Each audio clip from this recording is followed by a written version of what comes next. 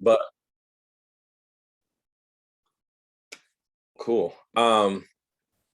So really excited to engage in this conversation with everyone.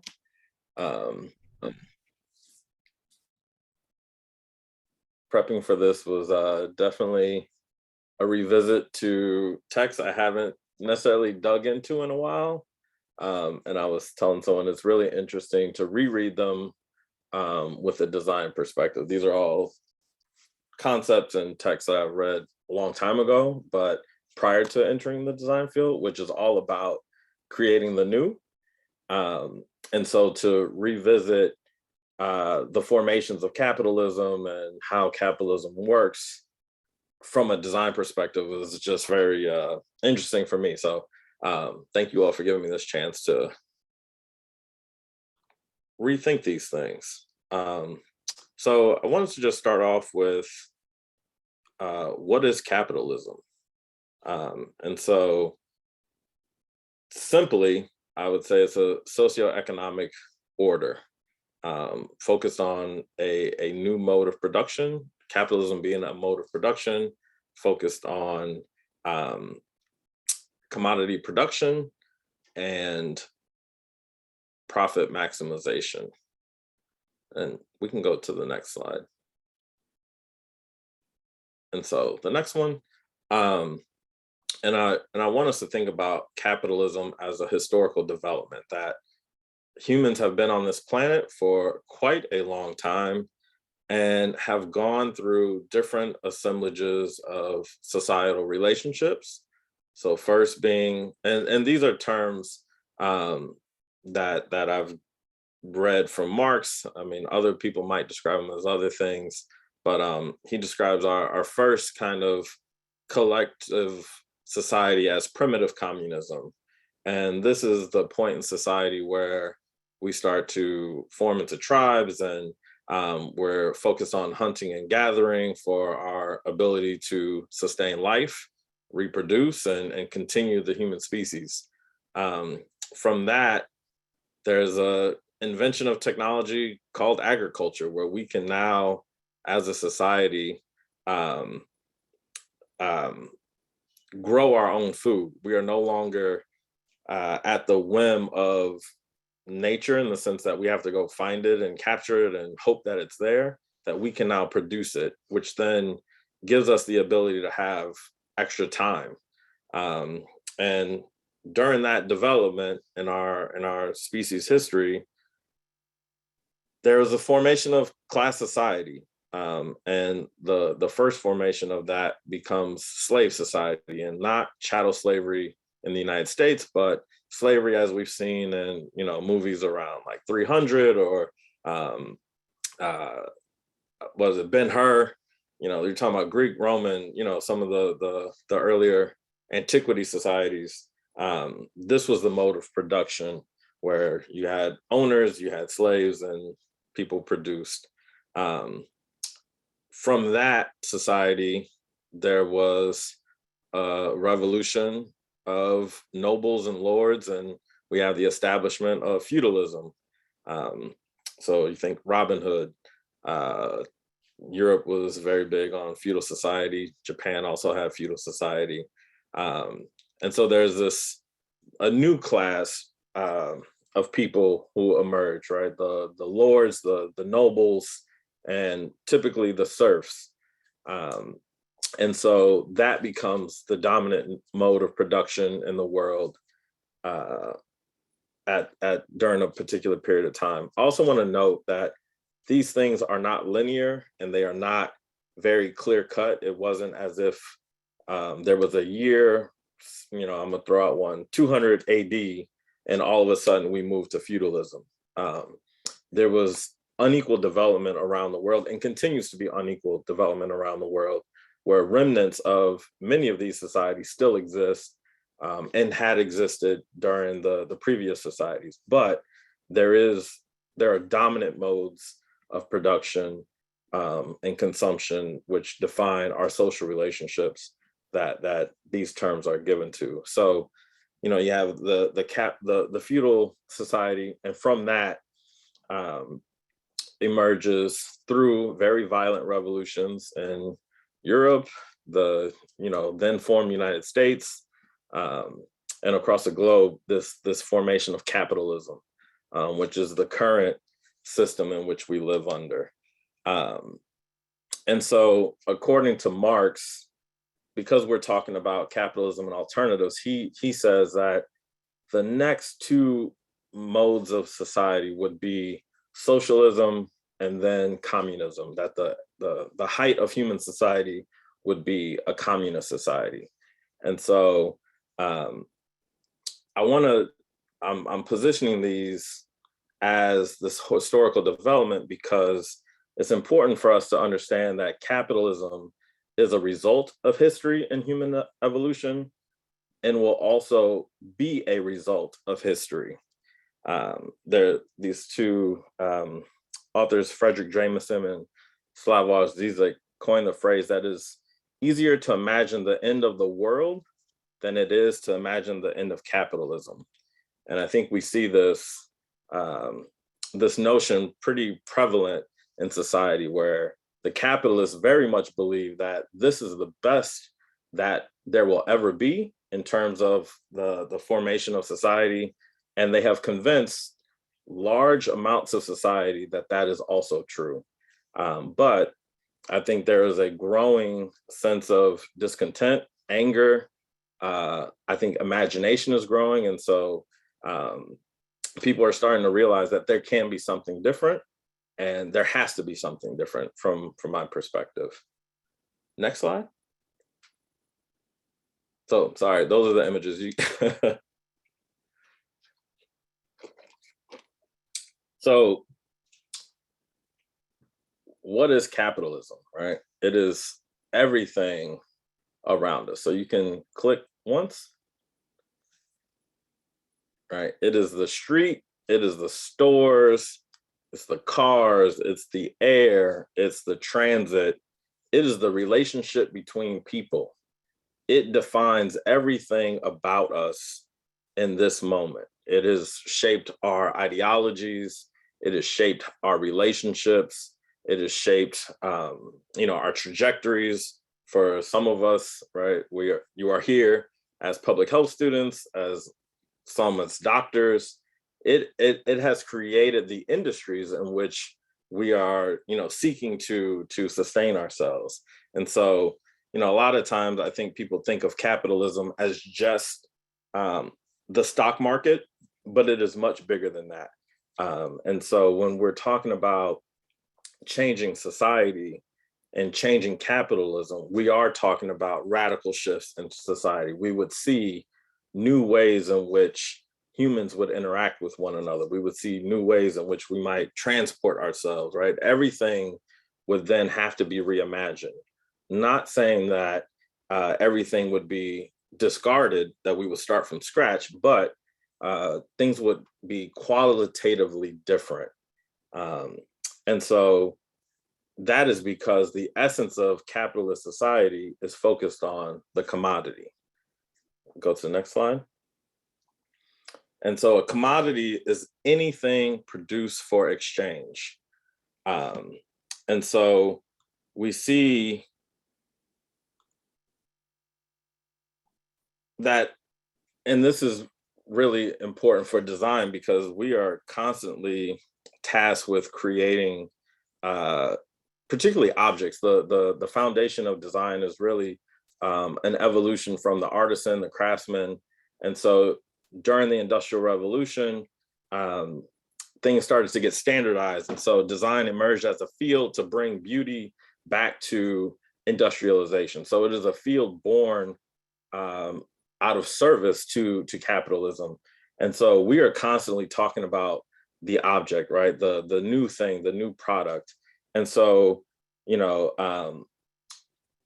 the commodity is important because it's not just an object, right? If you think about anything you purchase, it's not just an object, but it's an object with a price. And that object has two values: use value and exchange value. But the primary value under capitalism is the exchange.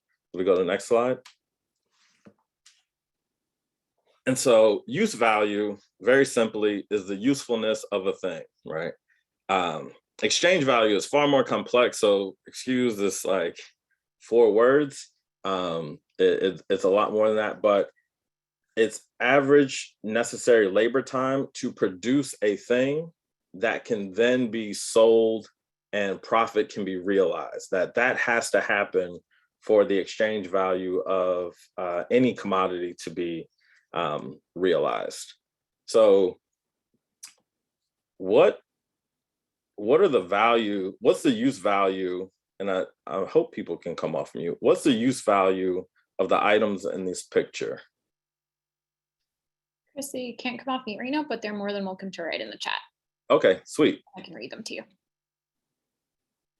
All right, so we got this picture. It's like a cornucopia. What's the use value of the items in this image? Nutrition, fuel, nourishment, to feed.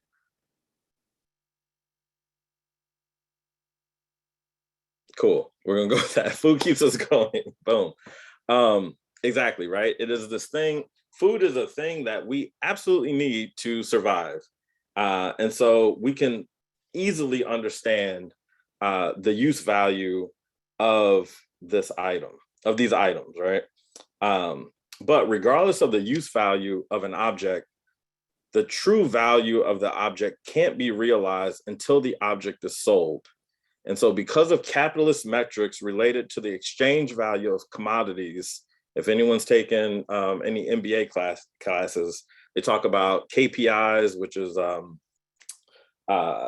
key performance indicators. We talk about profit margins in business school. And so based on those metrics, the locations in which you can even buy commodities are predetermined.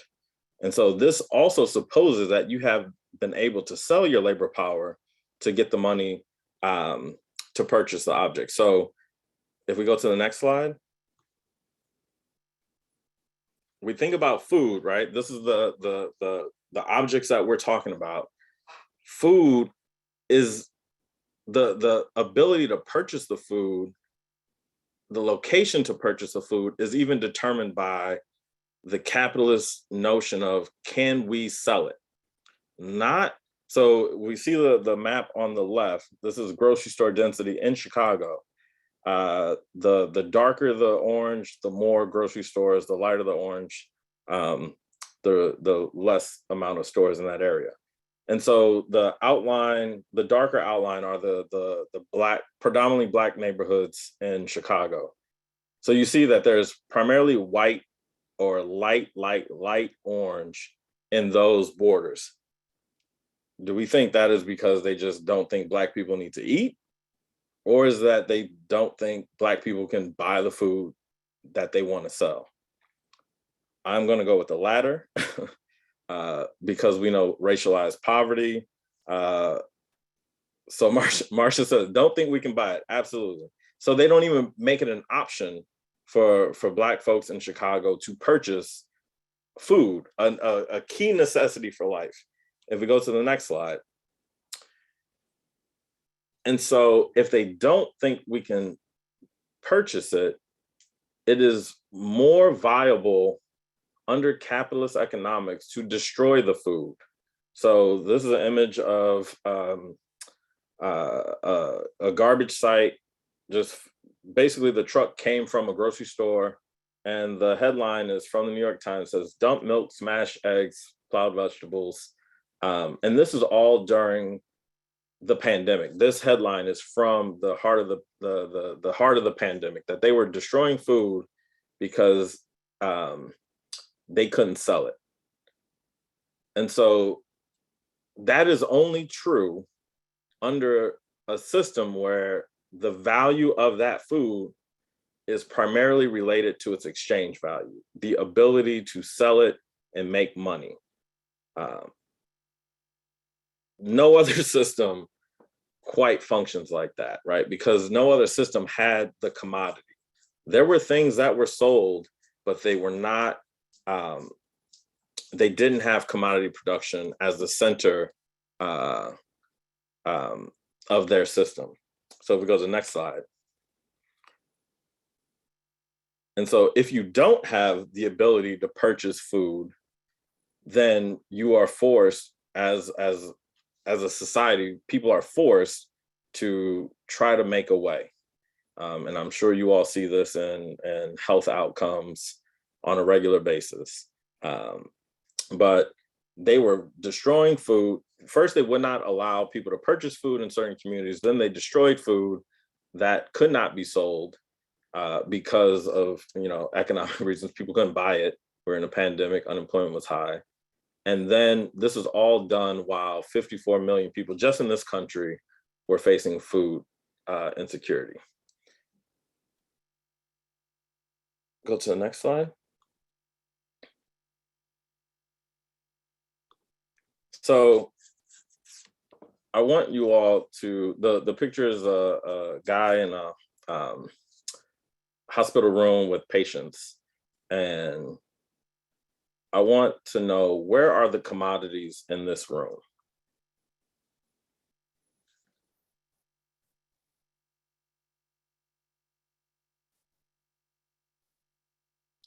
Medicines on the IV poles and the beds, IV. The people and their ailments are commodities. Interesting. Everywhere. The patient, the heart monitor, the labor of the physician, the provider. Interesting. Yes. So if we go to the next slide, all of the above. Love it. You can click one more time. Boom. Right.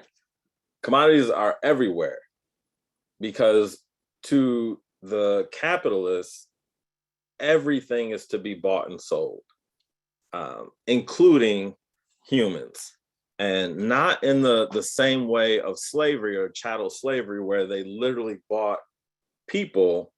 The capitalists buy a thing called labor power. So for us as workers, the thing that we have is the ability to work. That is our labor power. So they don't buy our labor on a one-on-one basis. If they bought our labor, then they would be allowing us essentially compensation for everything we produce while we are working. But that's not how it works, right?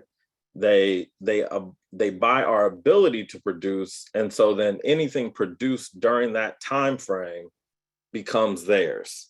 And so the way they buy our labor power is through wages, right? And so when they're thinking about commodities, us or an object, it's really a negotiation of human value in the form of wages, right? That's the center of commodity production. That is how they're able to realize profit.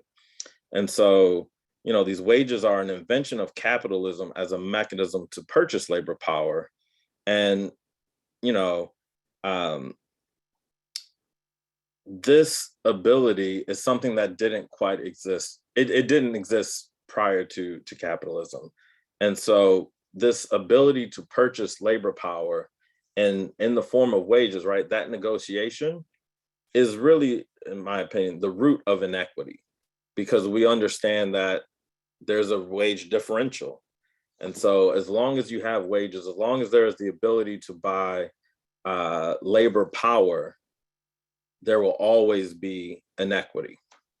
Go to the next slide. And so this is compounded, right? This inequity, the exploitation that takes place through the purchase of labor power is then exacerbated through oppressions. And so I'm going to focus on racism related to the reading that I shared. And so the definition that I work with around racism is the economic, ideological, and institutional conditions and processes that divide, exploit, and super exploit particular sections of the working class. And so it's my belief that racism is less about morality and really about the beliefs. I don't think most capitalists care about Black, Latin, workers of color. They see all workers, and particularly Black and Latin workers, as instruments for making money. And so that it becomes embedded in their system. And so we see this through all the data points I'm sure you all have seen. So if we go to the next slide. I'm sure many of you all have seen these maps of racial disparity, but I thought this particular article from Bloomberg was so poignant, where he says, if you draw a map of Chicago and shade the areas with more poverty, pollution, and coronavirus, it will start to look like being Black is a pre-existing condition. And, you know, that just hit me hard, because you can't shake being Black, right? If you have diabetes, or, you know, some other condition, there are things you can do to try to rectify your health. But being Black, you're just Black. There's nothing I can do about it. There's nothing any of the other millions of Black workers can do about it. And so it's really interesting that Black workers are typically at the bottom of every health outcome, or societal outcome for that matter, you know, education, employment, because before 1865, Black labor was the most important commodity in this country and was used mercilessly. 100% of Black labor power was utilized, but after the Civil War and the solidification of industrial capitalism in the US, and the creation of the American working class, Black workers have found ourselves at the bottom of the market for labor power. Capitalism has decided that Black labor power will be the main source of the reserve army of labor, and therefore not able to sell their labor power to the capitalists for subsistence. When Black workers are allowed to sell their labor power, it is typically valued at a very minimal subsistence level. This predetermined subsistence is so low that we consistently see Black workers living in the worst conditions to reproduce their ability to sell their labor power the next day. And so wages, the capitalists focus on purchasing labor power being done through the mechanism of wages. Wages are typically decided upon based on their standard of what type of life you need to have, or any worker needs to have, to come back and work for them the next day. And so, you know, when they try to convince us that McDonald's workers don't deserve, you know, $15 an hour, or whatever the fight is, they have determined that those folks only need a particular amount of money to house themselves, feed themselves, clothe themselves and their families, to then come back and work another day for them. And based on all of the data points that we see in society, they have determined that particularly Black workers need far less. Now, is this true? Absolutely not. But it is because they run the system that they can make this determination. And so I want to get a little bit into the reserve army of labor as a mechanism for of racist unemployment. And so the reserve army of labor is really, Marx talks about the unemployed. And so as capitalism developed and workers were, or labor was taken off of plantations or out of agriculture, they start to build industrial capitalism in the cities, workers have nothing. And so they are forced to sell the only thing that they do have, which is labor power, the ability to work, to the capitalists to then survive. So all the conditions for this negotiation, all the power exists in the hands of the capitalists, because they own the means of production. And so as industrial capitalism develops, the way to maximize profit is to minimize the amount of labor power that you purchase to create the product, the object, the commodity that your business has to then be sold. So this reserve army of labor, again, Black workers 100% had to work pre-industrial revolution. After industrial revolution, where the capitalists no longer need every able-bodied person to produce, because if they had maximum employment or full employment, it would cut into their profit making ability.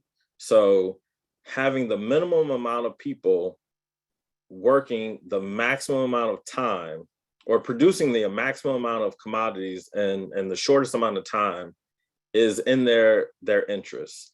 And so they will always need a source of the population that just does not work. And that is for really around social control. So again, capitalism is not just about economics, it is a societal order. And so the reserve army of labor is there as a threat to the employed wage laborers.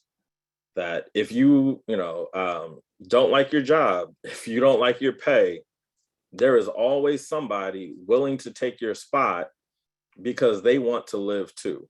And so then it creates this dynamic of competition amongst the working class. And so one of the ways, again, to exacerbate the social control, if we go to the next slide, so that they can maximize surplus value profit, is racism, right? So when Black workers moved to Chicago, the Homeowners Corporation in the 1930s designates through redlining where Black workers can and cannot live. Now, this serves two purposes. One, it helps them maximize profit through the real estate market, where they can get white workers to, if we talk about white flight, sell their homes at a low cost because they are scared that their home value will go down because Black workers are moving into the neighborhood, and then sell at a premium to Black workers through a host of despicable tactics, contract leasing, contract selling. And so they can maximize profit and maintain social separation, because to maintain a system that treats people the way that our system, this system does, requires a huge amount of social control. And so they developed this concept of race and racism to further separate the working class. And so this makes it very difficult for the historical arc of social change to happen. That if we cannot have a unified working class to fight the capitalist class, the same way the capitalist class fought the feudal class, then it is very hard to move that trajectory. But if we go to the next slide, even with all of their attempts, their really horrible ideologies, which I am glad to hear are not tolerated in this course, workers still find ways to unite and fight, because these social conditions are not sustainable for the working class. And so class struggle becomes the way that we fight against the super exploitation, the way we fight against the oppressions. And so, we're talking about the alternatives, and this is one of the first things that we must do. If we're going to realize an alternative society, we have to learn how to fight. So we go to the next slide, and this will go quickly so we can have some discussion. So what's next? Where are we going after capitalism? Next slide. So we went through this historical development, and next slide. The next stop for human society, according to Marx, is what he called the two-stage solution. And so he felt that the working class would not be ready to go from capitalism to communism. So he said that there had to be an in-between stage, a middle stage of human development called socialism. And socialism would and does maintain certain aspects of capitalism while also aspiring to the full potential of communism and collective society. And so the example here is, a picture from the Soviet Union.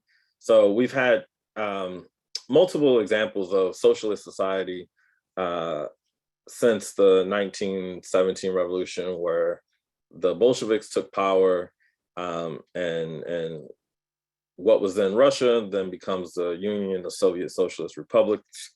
The 1940s, where the Chinese Communist Party takes power in China, Cuba, and many liberation movements across the continent of Africa, Southeast Asia, that were aspiring or inspired by communism and socialism.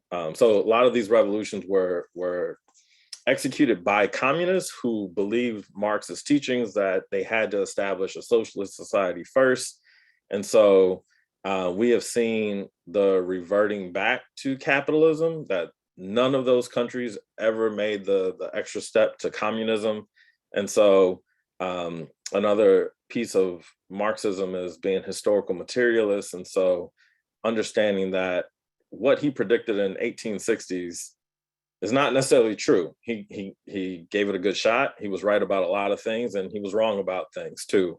And I think history has kind of proven this two-stage solution doesn't work. So, maybe it's some tweaks that can happen. Not sure. I think that there are too many capitalist economic relationships that exist under socialism for it to ever truly change society. The seeds of the destruction of the socialist revolutions in Russia and China were very much related to maintaining wages, which then maintain inequality. And you can't build a society supposedly based on freedom if you have those that embedded in the DNA of the new society. And so the second picture is not a real place right now. So that is communism. And, there are a lot of organizations that say they're fighting for communism. I think a lot still prescribe to old thinking about what that is. A lot of still focus on nationalism, self-determination, national liberation.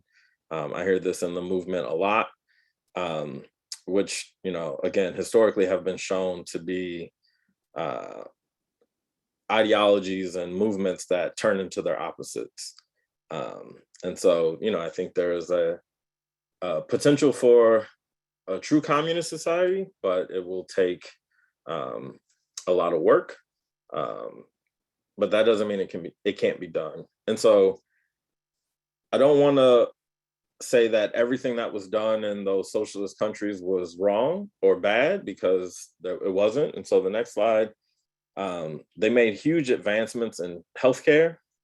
So, for example, barefoot doctors program in China to rid the country of there was a slug or some pest that lived in the rice paddies that would infect farmers. And so they did a huge campaign to literally pick all the bugs out of the water so that people could farm.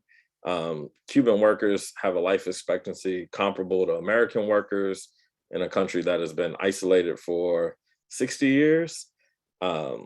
We've seen, Cuban medicine, Cuban doctors taking the lead during the pandemic as well. Next slide, another example is just education. Russian schools were focused on teaching collectivity rather than individualism. A lot of the techniques for educators today started in Russia after the Soviet Revolution. So the idea of scaffolding is an education term, originated in the Soviet Union. Cuba increased the literacy rate of its people to 97% 3 years after the revolution. So again, they weren't perfect, but they also weren't as horrible as I think a lot of capitalist propaganda tries to get us to believe. So finally, what should I do? And this is something I get from my students in the design world. And I always tell them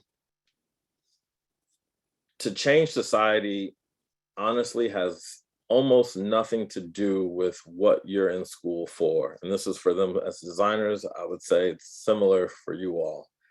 That if you're really interested in changing the world, it is far more about what you do outside of your lab coat and outside of your schooling. It is, those pictures of class struggle, you know, being in the street. Social movements are what create social change. And so I would suggest that you all think about yourselves beyond your professional titles. Not saying that they are not important, because you all are going to do a great service to humanity if you do it in service of humanity. There are going to be a lot of things that hold you back that are beyond your control right now, but class struggle will also need to take place in your workplace. So when you're at a hospital, when you're at a community clinic, when you're at a nonprofit, when you're doing research, whatever the case may be, there will be the need for some sort of struggle so that workers can get more than just the subsistence that the capitalists have deemed they need. And so here's 5 things to do.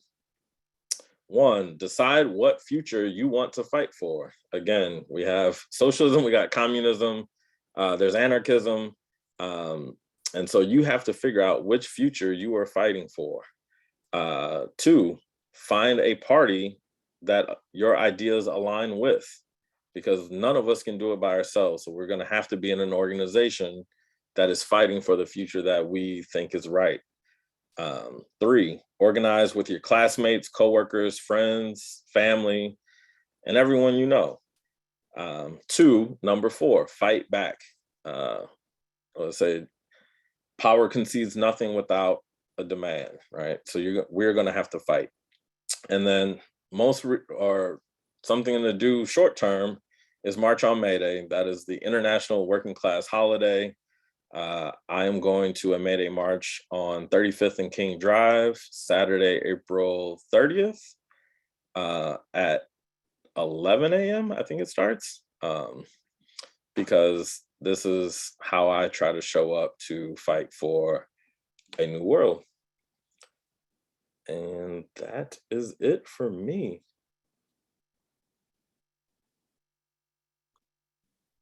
Thank you, Chris. So it looks like you answered a lot of the questions that were coming through the chat, which were specifically related to like, what can we do?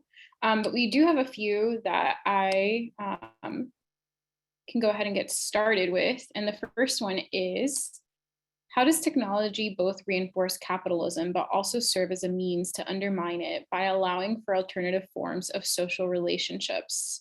How can we come to terms with the ways capitalism has inserted itself into personal and social thoughts and rituals? And how can we work to undo this? And I know that was 3 questions in one, so I'm going to go ahead and put it in the chat for you. Thanks. So yeah, we talk about socio-technical systems all the time in my work, and think about technology quite often, because that is where we're at right now, and it's the future. So I would say that all of it serves capitalism right now. And the ones that don't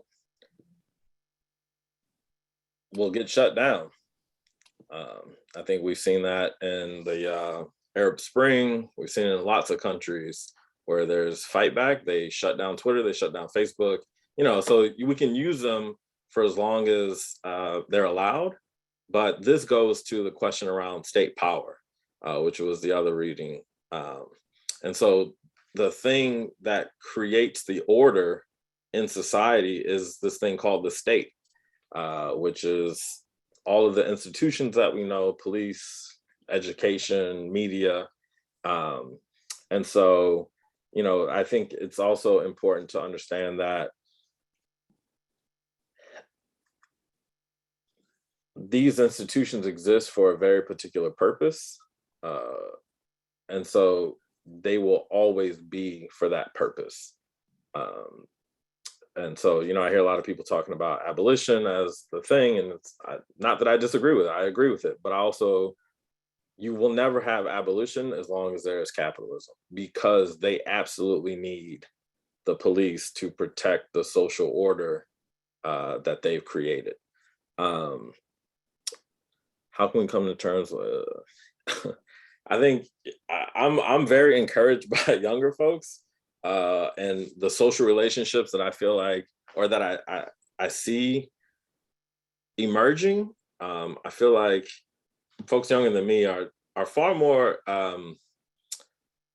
kind to one another. There's like, let's talk about therapy and like try to figure out all this BS that has been like just dumped on us.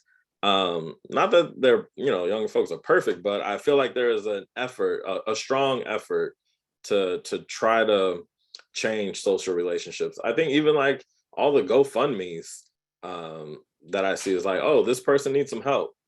Let's do this. That economic support, because I think it allows people to move a bit more free, to be engaged in the fight for radical transformation, because like that's why they like us to be in debt. All y'all about to come out here with this student debt, and they're gonna be like, "You really want to fight and lose your job? Because I know you owe us $379,000." So I'm encouraged by those things, and how we keep holding each other accountable around what we say, what we do. That we live in a racist, sexist society, and so we are all racist, sexist, and we have to continually fight against those norms. And none of us can do it by ourselves, so we have to help each other. And I think help is drastically different than I think the one of the threats I see to advancing society is this like cancel culture.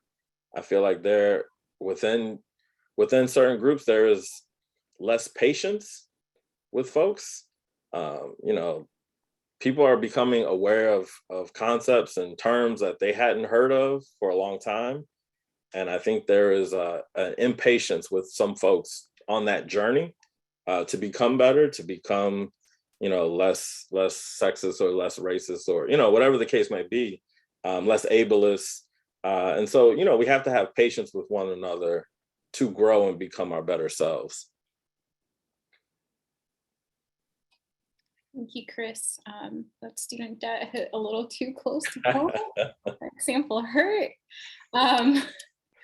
But as I mentioned, a lot of the questions that you received were specifically related to roles. And I know that you gave examples as to what to do, but I do have a question specifically related to healthcare disparities. And it's more so, how can we learn more about the role of capitalism in healthcare disparities, and how can we work to address it?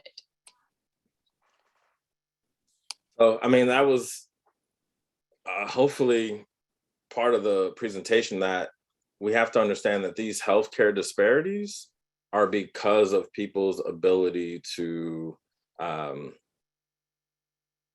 get work, that the selling, that commodification, the objectification of people, that we are no longer human beings. We are now commodities to be bought and sold on a market, right? Indeed is a marketplace for you to go sell yourself to somebody.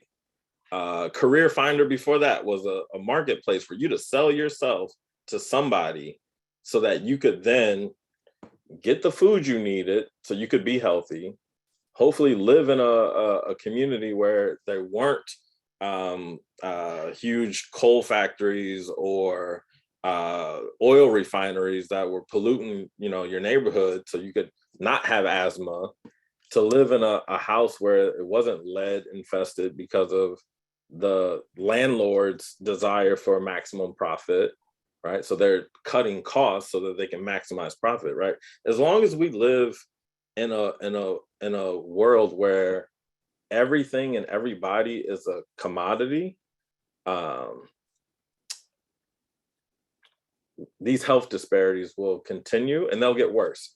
I mean, we lost 18 million people in a pandemic, and we just saw the CDC say, 5 days because the president of Delta said we need people back to work. Nothing to do with science or health, right? And so our health and our life expectancy is directly dependent on which socioeconomic system we live under. Thank you, Chris. And I'm going to go ahead and pause to see if anybody wants to ask a question out loud. You are all able to unmute yourselves right now. So if you could just raise your hand and then go ahead and unmute yourself.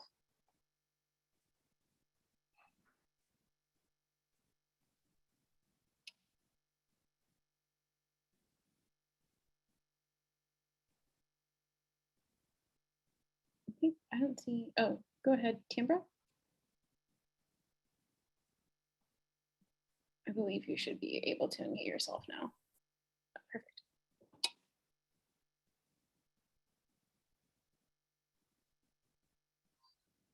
They unmuted, but okay, there. Okay, yes, she unmuted me, then muted me.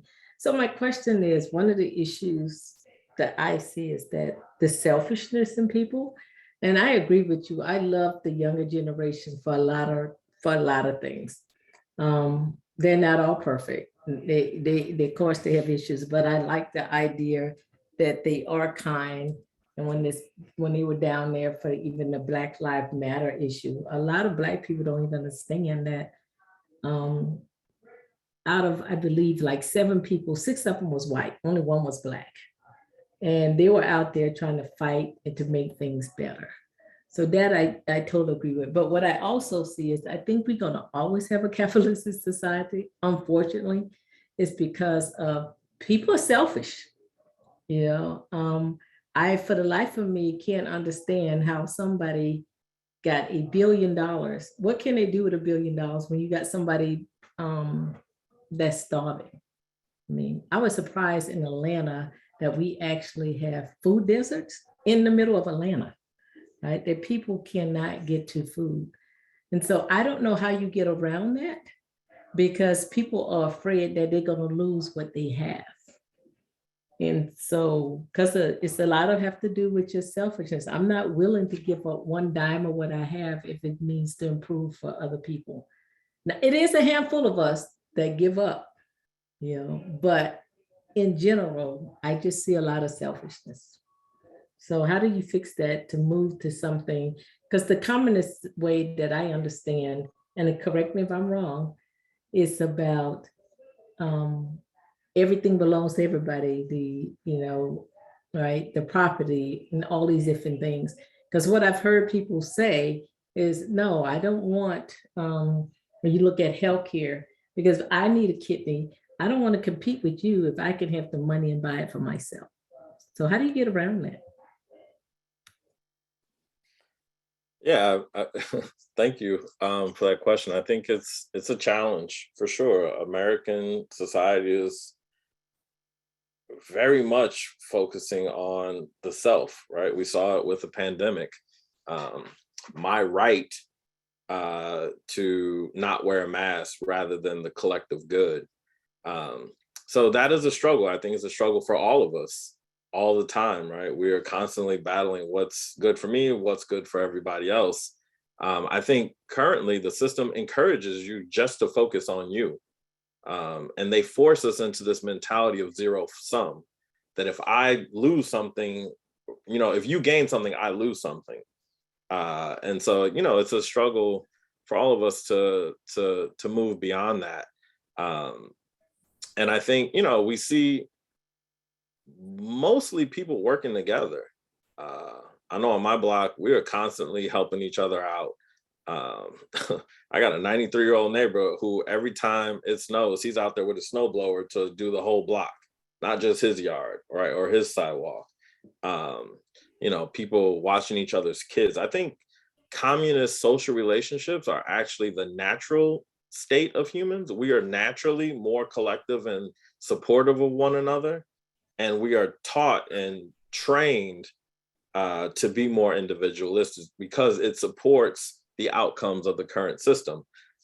So, it's not to say that it's going to be easy, but I think the more we struggle together, and not struggle in the sense of like be poor and like, can't eat, but struggle to fight back against the current assemblage of economic and social relationships, we will then become more unified. Again, this is why they have segregation. They don't want workers to realize that we are having the same struggle, right? It starts to become it's our issue, and then they got their issue, and then they got their issue, right? So, when they talk about police brutality, people say all the time, that's a Black issue. No, it's not. That's all of our issue, right? Immigration is not just a Latino issue.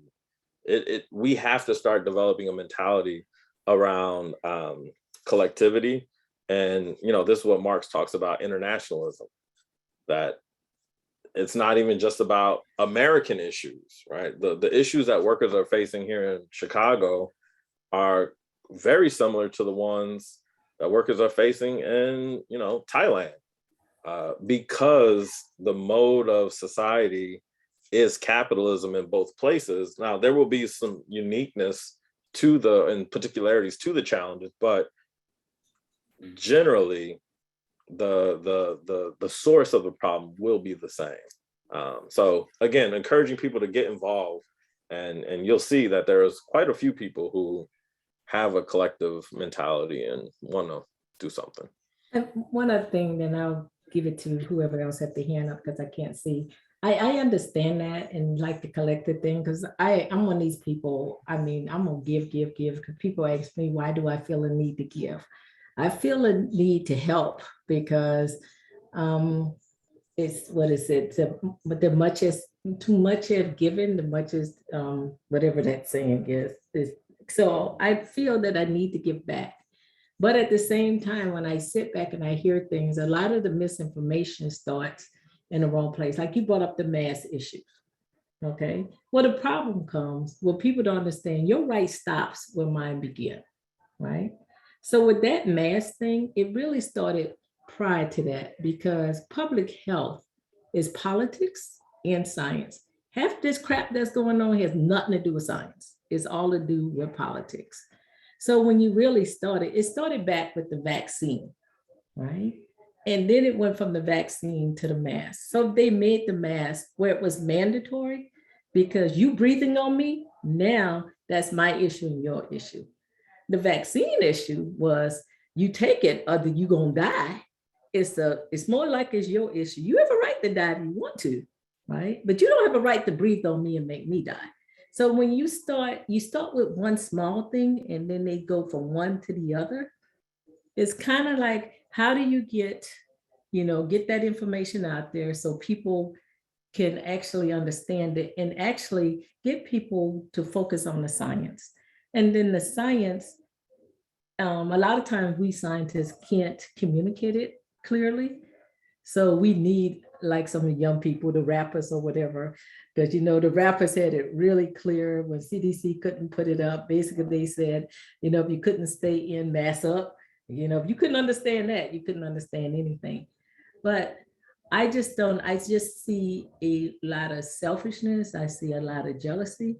I completely agree with everything that you have said, as far as you have decided that me as a Black woman only need this amount of money.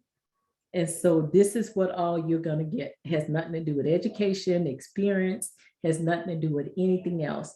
Whereas you as a white man come in with 30 years less experience, you deserve twice as much. So you need to have a higher quality of life. And one last thing, and when it comes down to immigration, I think we need to stop focusing on one small part of immigration. I think immigration is a bigger thing. You've seen where they sent all of the Haitians, they put them on a plane, they sent them back, right? You have the same problems with any other nationality, ethnicity. It's bigger than that, because everybody had the same issue. It's just like even within the Hispanic community, you have Black Latinos, you have white Latinos. They treat each other just as bad as we treat each other here. So we need to start focusing on the bigger picture when we start looking at immigration. Immigration is not about Hispanics. Immigration is a bigger picture. Everybody have a right to better themselves, right? So how do you actually deal with this? You can't say one group have this, one group doesn't have this. You can't do that. Amber, thank you so much. I do want to just make sure we are right at 6:30, but I appreciate your points. Chris, I just want to see if you have any sort of closing thoughts on that and a reply, and then we can go ahead and wrap up class. Yeah, I mean, I hear you, Tamara. It's hard. This is hard. It's getting harder because I think Caesar said it in the chat about they don't teach science. They don't want us to think. The schools, public education was a fight. Workers had to fight just for the ability to get public education. And then capitalists figured out how to turn it into its opposite in many ways. And so they don't teach us to be critical thinkers. They don't teach us scientific method. They teach us to memorize whatever they need for whatever standardized test they got. And a small section will get a really good education so that they can go and become the next generation of capitalists in the system. And so we do need our class to understand science, because it's essential not just for being able to react to a pandemic, but to make the historical shift in society that is necessary for new conditions to emerge, right? So I was listening to a podcast the other day, and the Communist Party used to have huge education campaigns.